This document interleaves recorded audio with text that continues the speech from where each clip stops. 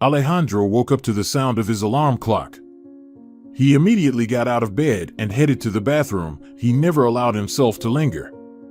His years as a police officer had long accustomed him to this. He quickly washed his face, brushed his teeth, put on his uniform, and left the house. Alejandro never had breakfast in the mornings. At most, he could afford to grab coffee and a pastry from the 24-hour supermarket on the corner. He hurried down the sleepy street. He didn't particularly like the city he found himself in due to his job. Truth be told, he had grown tired of cities long ago. In his mind, they all blended into a single gray mass of buildings, skyscrapers, and identical shops. Over the past 15 years, he had moved through a dozen cities, and none had left a mark on his heart. His life remained the same everywhere: dull work with documents and archives, interrogating criminals whose faces he forgot as soon as they left the police station. He had no friends, only acquaintances, some of whom he couldn't even remember by name. In the evenings, Alejandro would sometimes visit the same bar not far from home. There was a decent retro band playing there, performing songs from his youth. They momentarily distracted him, helping him forget the hardships of his harsh existence. There, in the bar, he would remember his childhood home, his father and mother, childhood friends, the school he used to love attending. Where had all that gone? Why had the colors of life faded so much? Was he doomed to eternal loneliness? Asking himself these questions, he invariably remembered Mercedes, the only woman he had ever loved. Then bitterness spread through his weary heart. Yes, he loved her alone, and he lost her. He was to blame for everything. Alejandro asked for the bill, left generous tips, and went home, carrying memories and regrets with him. That morning was gray and misty.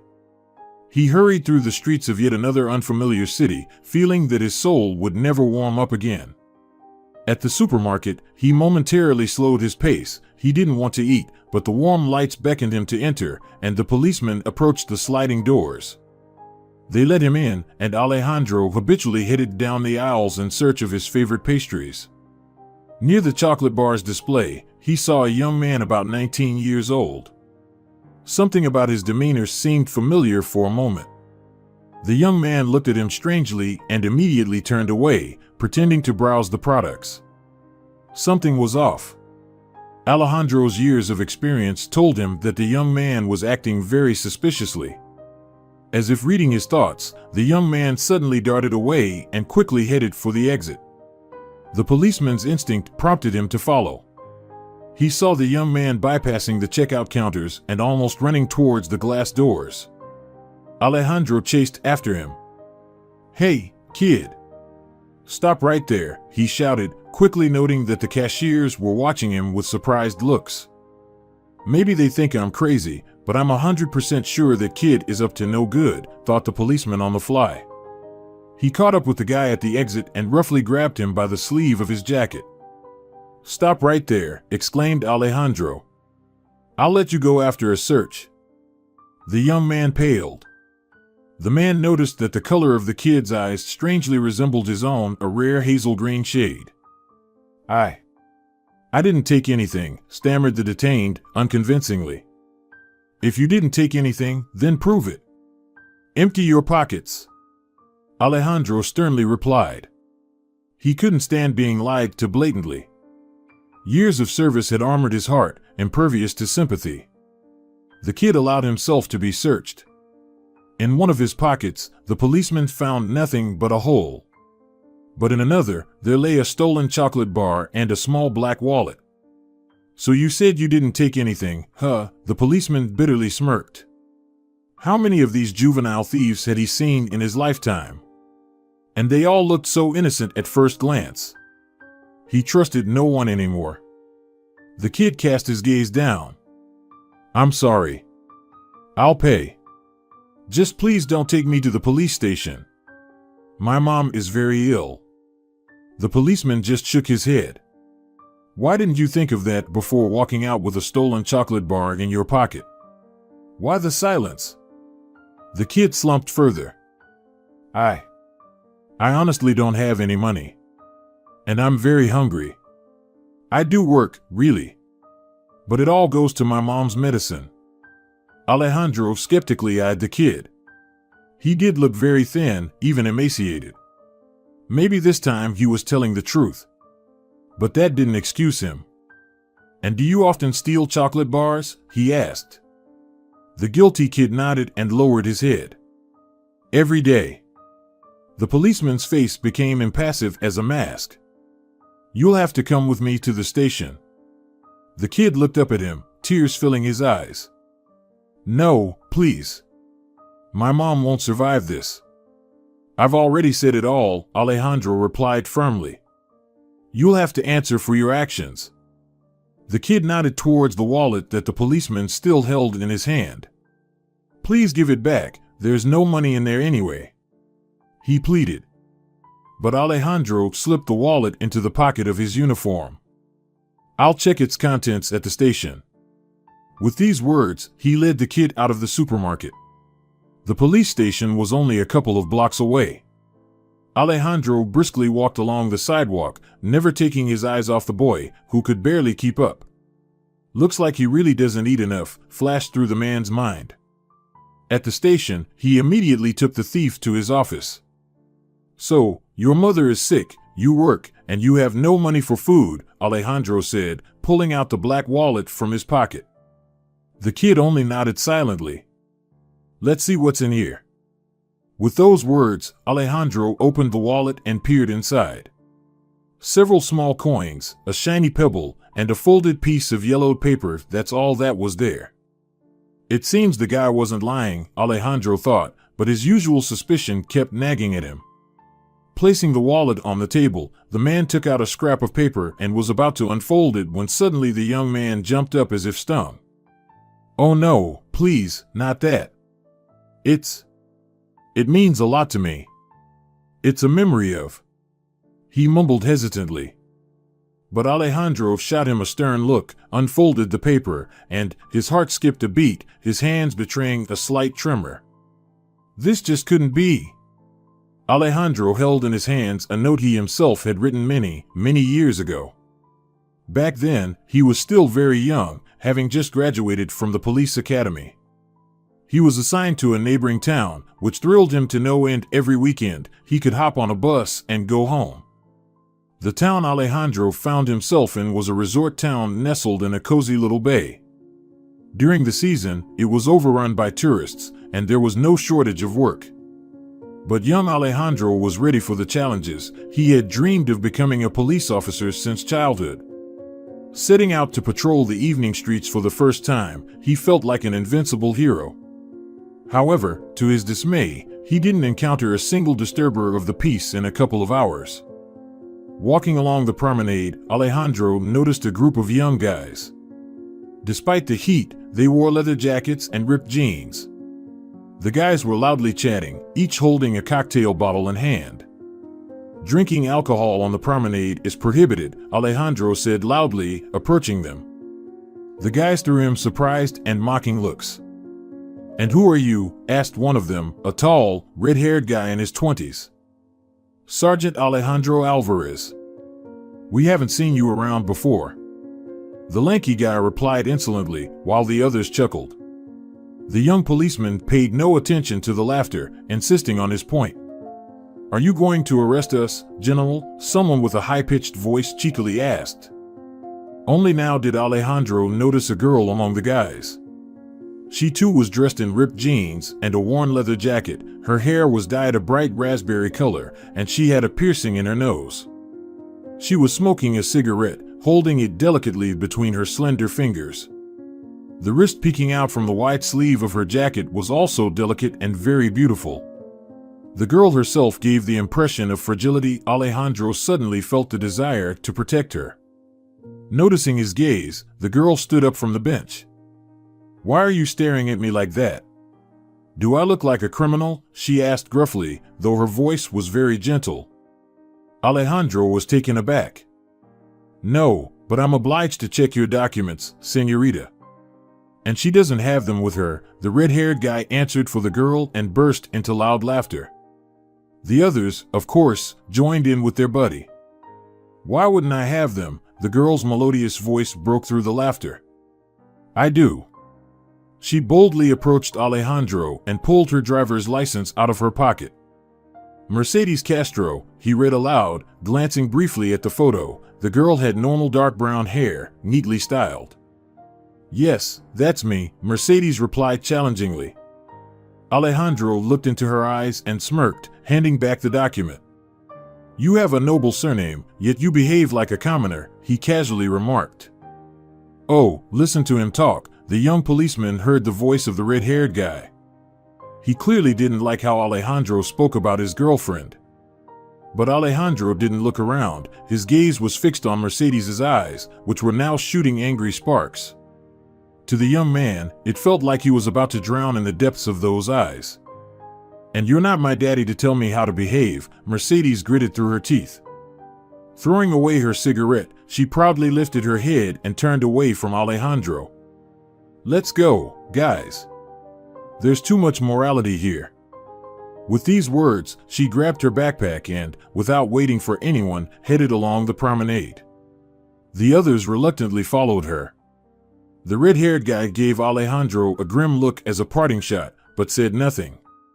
The young policeman clenched his teeth, but soon his attention shifted back to the girl. He watched her departing figure for a long time. Their next encounter took place on the road. Alejandro was crossing the street at a pedestrian crossing when suddenly a red motorcycle came speeding around the corner. It barely managed to brake in front of him. Alejandro, in uniform, raised his eyebrows sternly, expecting an explanation. The motorcycle driver removed his helmet, and the young man breathed out in surprise. Before him stood Mercedes Castro. Her leather jumpsuit with long sleeves tightly hugged her slender figure, and this time her hair was dyed a venomous green color. Mercedes's eyes looked bold and mocking. "Oh, familiar general. Why are you moving like a tortoise?" she laughed. Alejandro choked on her unexpected audacity and didn't immediately find a response. Meanwhile, Mercedes put her helmet back on and revved the engine. The next time the young policeman encountered her was in a supermarket. Alejandro didn't immediately recognize the girl. Mercedes was standing at the fruit stand, picking out the most beautiful apples. She wore a light blue cardigan and a white floral dress, and this time her hair was dyed turquoise. Alejandro wanted to walk past, but his legs carried him toward the girl. Mercedes Castro, what an unexpected encounter, he said ironically. Today, not in leather and not on a motorcycle? Surprising. Taken aback, the girl shuddered and dropped an apple from her hands. It rolled across the floor. Alejandro leaned down and picked it up. Were you following me? Mercedes asked, squinting, quickly regaining her composure and once again assuming the guise of a playful and audacious girl. No, just came in here for coffee by chance. Mercedes looked at him, tilting her head slightly. And you seem to be an apple enthusiast, Alejandro smiled. Mercedes looked somewhat puzzled into the basket, which already contained several apples, and unexpectedly burst into tears in front of the young man. This isn't for me, she managed to say through her tears. Alejandro felt embarrassed and blushed. He had unwittingly upset the girl. And for whom, he cautiously asked. The girl wiped her tears with the back of her hand. For my grandmother. She's sick and hospitalized. I'm going to visit her. Alejandro felt even more ashamed. I'm sorry, I didn't know. It's okay, Mercedes replied. Taking a small mirror out of her purse, she looked at it anxiously. You look great, Alejandro sincerely said, and immediately bit his tongue because Mercedes gave him a sly look. Are you already giving me compliments? She flirtatiously asked. Alejandro felt himself blushing once again within a few minutes of their conversation. Just stating a fact, he casually replied. Mercedes nodded, clearly not believing him. Do you want me to accompany you to the hospital? Alejandro unexpectedly asked himself. It seemed that the girl was also a bit taken aback, but the invitation clearly evoked pleasant feelings in her. Are you afraid I'll be kidnapped on the way? She smiled. That too, Alejandro replied seriously. They paid for the apples and left the supermarket. The early evening was warm, with a gentle floral scent in the air blending with the salty sea breeze, making the inhalation of this cocktail more than pleasant. The hospital was only a few blocks away from the supermarket, and Alejandro suddenly found himself thinking that he wished the road to it would never end. He couldn't recall what they talked about, but Mercedes laughed a lot, although her eyes still remained sad. The young couple stopped at the entrance of the hospital, and the girl thanked Alejandro. "Can I get your phone number?" the boy asked, terribly afraid she might refuse. But Mercedes just nodded in response. On the way back, Alejandro, unconsciously, felt wings behind his back. He called her the next day and asked about her grandmother's health. "She's a bit better," Mercedes replied. "I've already visited her today." "Do you love her very much?" Alejandro asked. "Yes," the girl confessed. "She's my kindred spirit. The only person who understands me like no one else in this world." Alejandro suggested meeting up and taking a walk along the promenade, and the girl agreed. They wandered along the sea for a long time, sat on a wooden pier, and skipped pebbles into the water. Then it became completely dark, and the stars lit up in the sky. Alejandro knew a bit about constellations. In his childhood, his grandfather told him stories about the Big and Little Dippers, about Orion and Cassiopeia, about the hair of Berenice and Andromeda. The young man told Mercedes some of them. The girl listened very attentively and tried to find these constellations in the sky. "You know so much, it's very interesting with you," she admitted. "Shall we meet on the weekend?" Alejandro took her hand and shook his head. "I'm sorry, but I'm going home for the weekend." Mercedes nodded understandingly. Alejandro thought for a moment, and an idea came to his mind. However, summoning the courage to say it out loud was quite difficult. "But if you want, I can take you with me," the boy finally exhaled. Mercedes looked at him in astonishment. "Do you want to introduce me to your parents?" "Why not? They're quite fun people." "And you'll see my home," Alejandro said, his heart pounding. Mercedes silently pondered the offer for a few moments. "Okay," she said. "Just tell me, what's your parents' favorite color?" "Why do you ask?" Alejandro wondered. "I'll dye my hair," Mercedes laughed, and the young man smiled in return. He felt surprisingly good. The trip couldn't have gone better. Mercedes appeared at the bus stop in a simple blue dress with small polka dots. Her hair was a natural dark reddish hue, and on her nose, the young man no longer saw a piercing. Alejandro realized it was only an imitation. They sat side by side in the front seat, and part of the way Mercedes dozed off on the young man's shoulder. When they arrived, the parents met them at the bus station. Alejandro introduced them to Mercedes, and by the joyful expressions on their faces, he could tell that they really liked the girl. Everything was perfect: delicious home-cooked food, relaxation in the shady garden, a stroll through the nearby fields together with Mercedes, where they lay side by side for a long time, inhaling the honey scent of flowers. The girl made wreaths for herself and Alejandro, and the lovers resembled two children, so carefree and joyous was their day. Overwhelmed by emotions, at some point Alejandro felt that poetry was pouring out of him.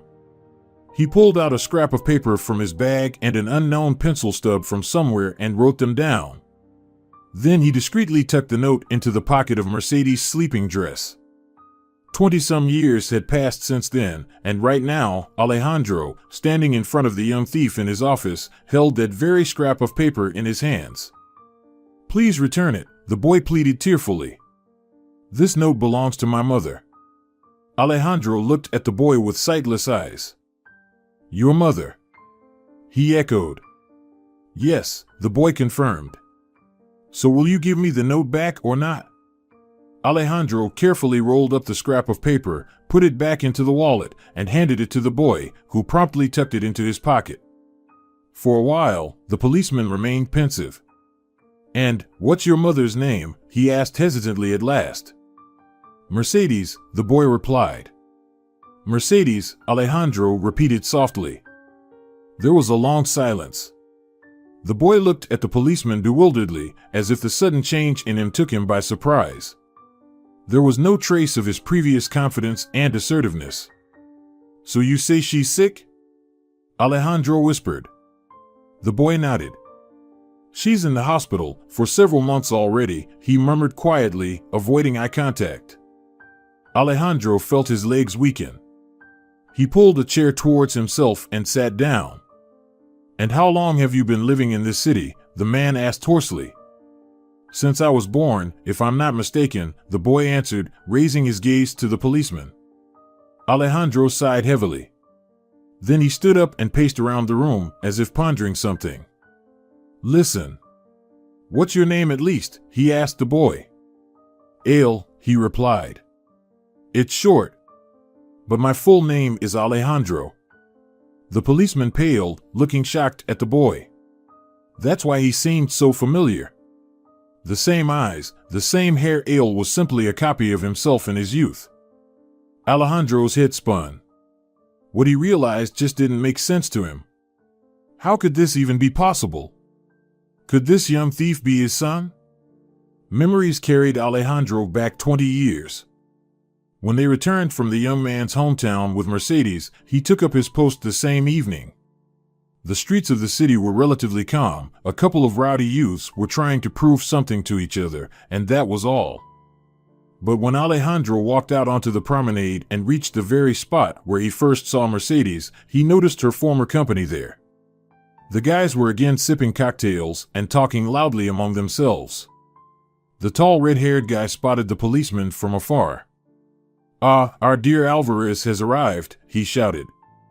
The whole group gathered and moved closer to the leader. Alejandro sensed trouble but didn't show it. They wouldn't attack a law enforcement officer, he thought. He approached closer and, as before, reminded them that drinking alcoholic beverages on the promenade was prohibited. "So what will you do if we continue to do it, hero?" the redhead asked insolently. The others surrounded Alejandro in a tight circle. "I'll have to take you to the police station," the young man said calmly. The redhead menacingly rolled up the sleeves of his black sweatshirt, revealing a tattoo depicting a sword and a snake. "Feeling brave, he sneered through his teeth. Alejandro held his gaze. "I wouldn't advise you to attack a police officer," he warned calmly.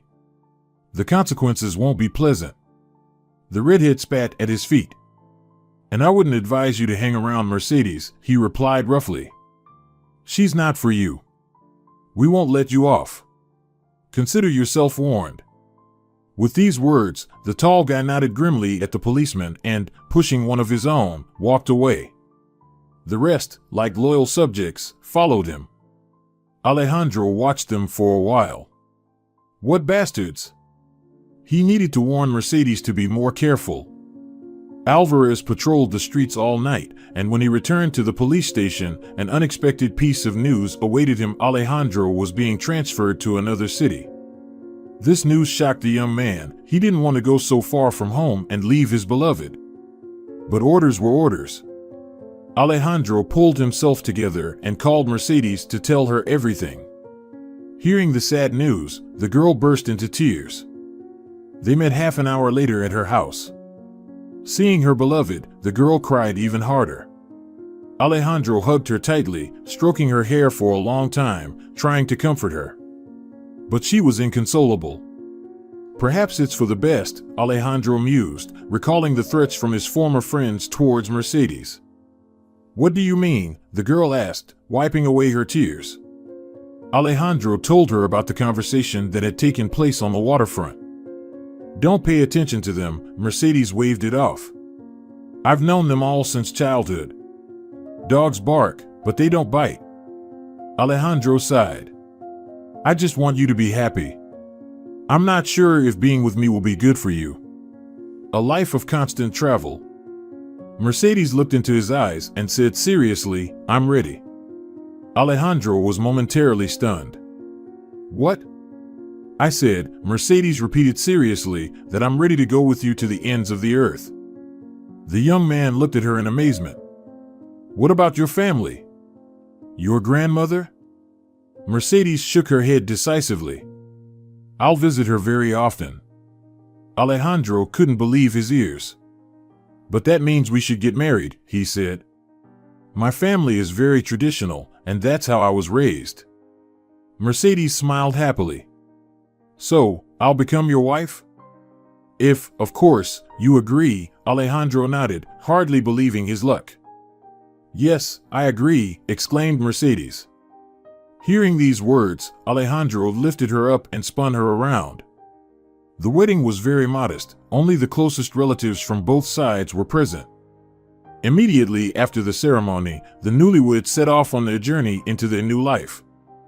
The unfamiliar town where they were going to settle welcomed them with sunshine. A good sign, thought Alejandro. He was very happy. His beloved wife was by his side. He was promised a promotion at work. They were given a small but nice apartment. What more could he ask for? At first, everything was wonderful. Mercedes enjoyed living in the new town, happily arranging the apartment, bringing warmth and coziness to it. She started attending meetings of young wives held at the local club, made new friends, and didn't feel bored or lonely when Alejandro was at work.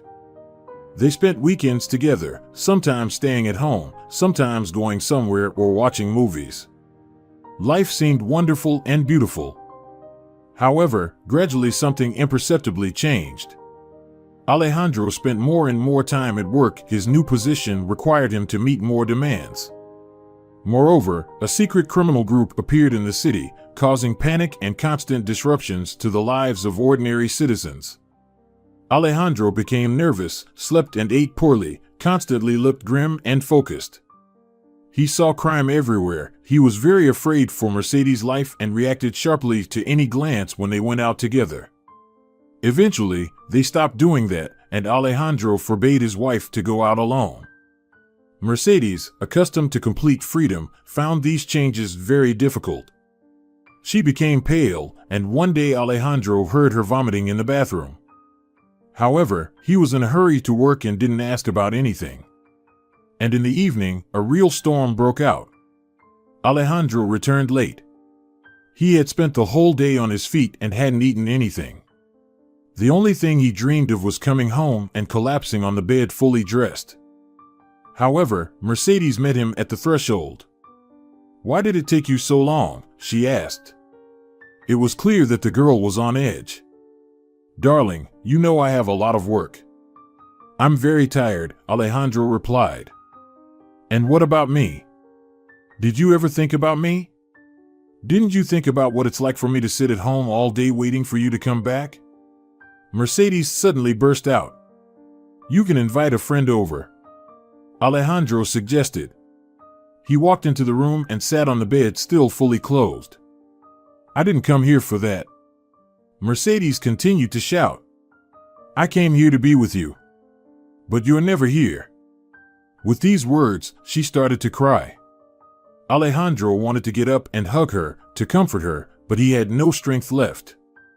"Come here, my love," he quietly called out.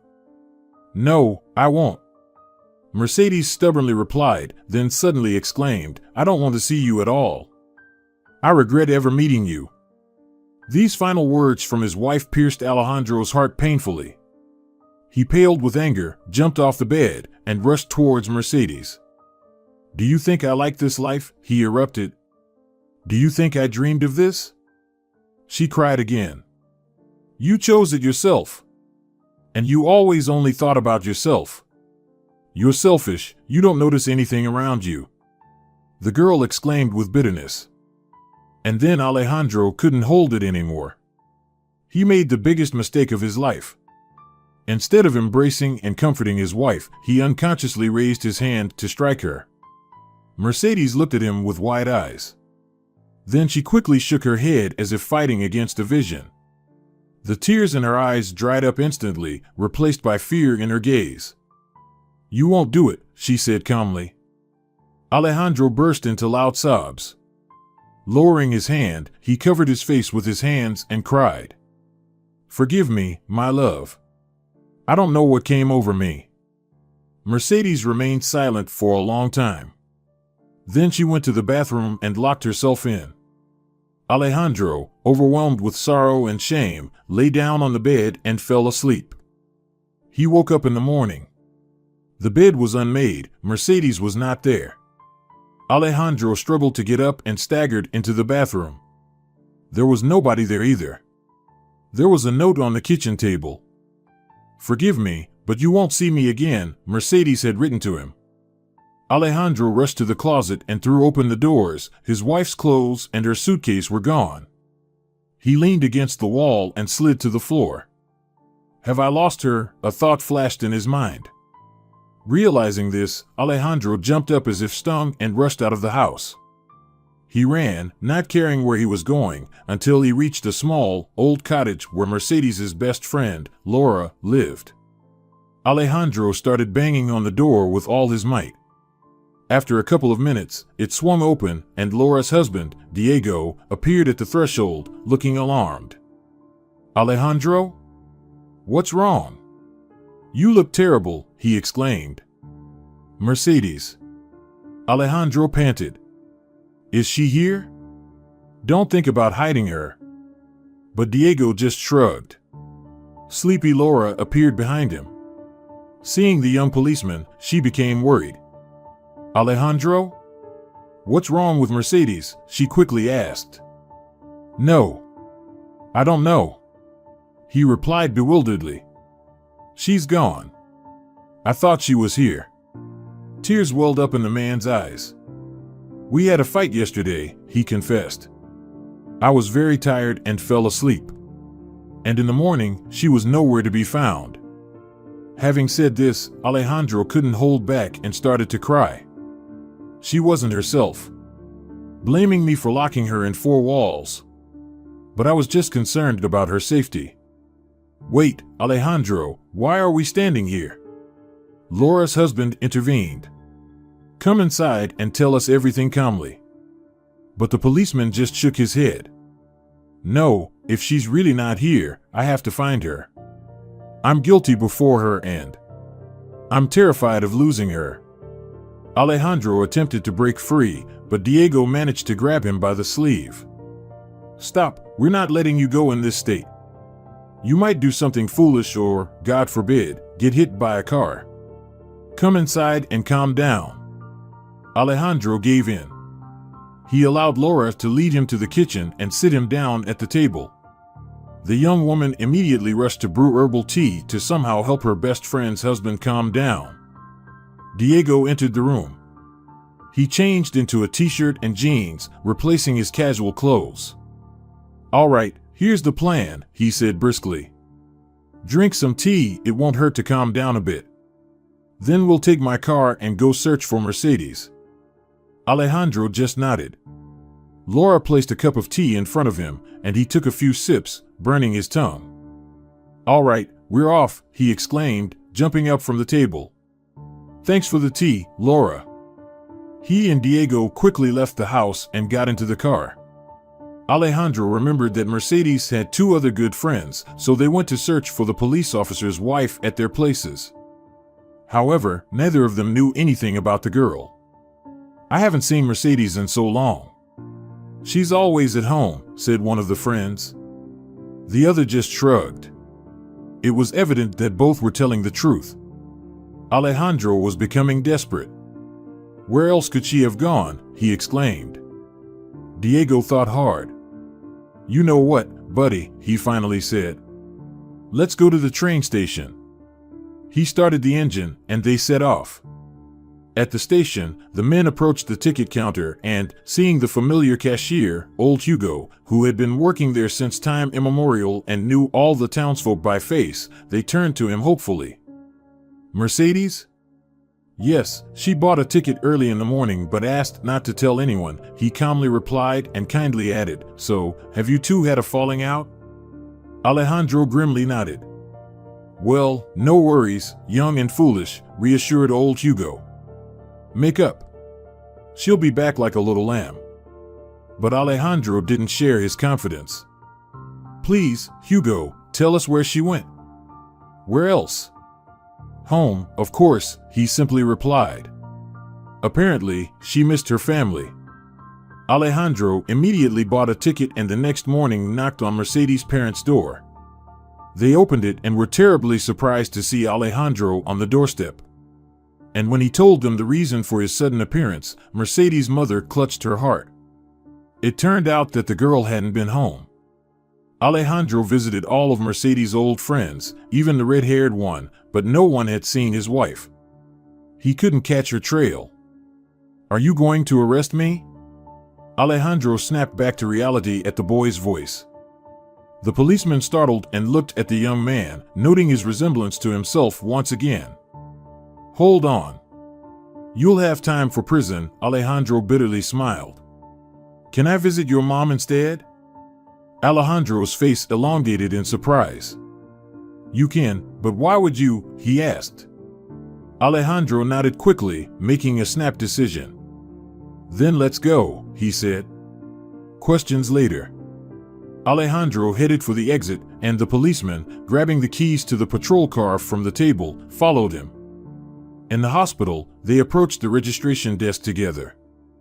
"Hello, I'm here for Mom," said Alejandro to the administrator, a woman in her 50s with a kind but slightly tired face. "And who's this with you, Ale?" she exclaimed in surprise. "Your relative? You look so alike." Ale glanced at the policeman. "Well, actually," he began, but Alejandro didn't let him finish. "Yes, a relative," he firmly answered. "I'm his father." Ale coughed, but the administrator didn't pay attention to it. "How wonderful that you've come. Now Ale will feel better. And Mercedes will probably be delighted too." "I hope so," Alejandro said, his heart pounding. They walked to the elevators and went up to the third floor. "Is Mom seriously ill?" Alejandro asked Ale, who had been staring at him all this time but hadn't asked any questions. "Yes." The boy nodded in response, and the policeman sighed heavily. Finally, they reached the right ward and stopped in front of the door. "Are you sure Mom won't get worse when she sees you?" Alejandro asked quietly. "I hope not," Alejandro repeated. "If you upset or hurt her, you'll regret it," the boy said firmly. The police officer just nervously nodded in response. Ale opened the door and entered the room first. The man followed him, feeling trembling inside. It seemed to him that his heartbeat could be heard throughout the room. He recognized Mercedes immediately, despite the passing years, and she looked very pale and exhausted from illness. The woman looked up at him, and silent tears rolled down her cheeks. "Mom," Ale whispered, taking her hand. "Mercedes," Alejandro murmured, stopping in the middle of the room, hesitant to approach. The woman sniffled. "Ale, please, stay in the corridor for a bit. We need to talk," she said. "Is he really my father?" Ale couldn't help but ask. Mercedes simply nodded in response. Ale walked out, glancing back at Alejandro, his face reflecting a mixture of emotions. When the boy closed the door behind him, Alejandro rushed to Mercedes, fell to his knees beside the bed, and buried his face in her blanket. It seemed to him that she was so fragile and almost transparent beneath him. "Forgive me, my love, please forgive," he muttered hoarsely, as if none of these 20 years had passed. As if they had argued just yesterday. "It's me who should ask for forgiveness, darling," Mercedes whispered. "I was already pregnant with Ale back then and couldn't control my emotions. I realized it later, but it was too late." "But why, my love? I waited for you all this time. I remained alone." Mercedes looked at him incredulously. "At first, I convinced myself that I should forget you. I was always so proud. But when Ale was born, everything changed. I realized it wouldn't be fair to keep him hidden from you. So, I went back to our town. But you were no longer there. They transferred me," Alejandro whispered. "The police gave me your new address, and I went to you. When I approached the house with Ale in my arms, I saw you with another woman." Mercedes barely uttered the last words, as if it was difficult for her. Alejandro was stunned. "But I don't know who you're talking about." She had long black hair down to her waist and tanned skin. Such a beauty. And you seemed so happy with her, Mercedes whispered. Alejandro paused for a moment. Oh, that was my neighbor, Anna. Sometimes she asked me to help her with nails or hang curtains. Maybe she was in love with me. But I couldn't think of anyone else but you, my dear. With these words, Alejandro gently took Mercedes's hand. I searched for you, I swear, searched for you for a long time. But you disappeared as if you never existed. Sometimes I thought I had gone mad and just invented you once. Mercedes cried again. How foolish I've been, she exclaimed. Don't blame yourself. That's all in the past now. I'll always be by your side, I swear to you, my love, Alejandro fervently declared. I don't know how much time I have left, Mercedes murmured through her tears. Is it that serious? The man grew concerned. Ale didn't tell me the reasons for your illness. What do the doctors say? Mercedes wiped her tears and looked at Alejandro. They say the course of the illness depends on my will to live. I didn't have it. My life has long turned into a series of monotonous, empty days. Alejandro pressed Mercedes's hand to his cheek. Her words struck a chord in his heart, and their meaning was all too familiar to him. I'll be by your side. Perhaps it will brighten your life even a little, he said. Thank you, my love, Mercedes simply replied. Ale entered the room. May I? He asked. Mercedes nodded. Ale entered and sat on a chair opposite the bed. His demeanor showed he was awaiting explanations. Alejandro stood up, kissed Mercedes's hand, and approached his son. You said my father died, Ale said softly, but there was reproach in his words. Yes, son, Mercedes replied. The thing is, your father and I had a misunderstanding at one point. Upon hearing the word misunderstanding, Alejandro bitterly smiled. And we parted ways for many years, Mercedes finished. Ale looked at his father with suspicion. He abandoned us, the young man clarified. Mercedes shook her head. No, son, he didn't even know about your existence. Ale looked incredulously at his mother. Well, actually, she confessed quietly. It's my fault in everything. Both of us, Alejandro interjected. But now everything will be different. However, Ale still frowned. But just this morning you practically dragged me to the police station, he grumbled. Mercedes clutched her heart. What? Oh, and I didn't even ask how you two met and how Alejandro ended up here. I was so upset. Alejandro sat on the edge of her bed and took her hand again. Calm down, Mercedes. Ale is not in danger, it was a mistake. With these words, he looked meaningfully at his son. Ale crossed his arms with a proud look. All like mother, the policeman thought contentedly. Well, it's okay, we'll make friends yet. Alejandro arranged with an acquaintance to take Ale to work in his business and teach him everything. Now, thefts from supermarkets were over for good. Every day, Alejandro visited his beloved wife in the hospital, and with each visit, Mercedes noticeably improved. A blush appeared on her cheeks, and she started to take walks in the cozy green courtyard, something she had never done before. The nurses and doctors couldn't be happier with the improvements in the patient's condition. She's glowing with joy, they said to each other. That's what love does. Once Alejandro arrived at his beloved's place in his official car and, having made arrangements with her attending physician, took Mercedes for a ride. They headed out of town. The weather was wonderful, with bright sunshine illuminating the day. Alejandro parked by the edge of a large field where yellow flowers were blooming. The air was pleasantly scented with honey. Mercedes took a deep breath for the first time in a while and laughed. It feels just like when we first went to visit your parents, she smiled.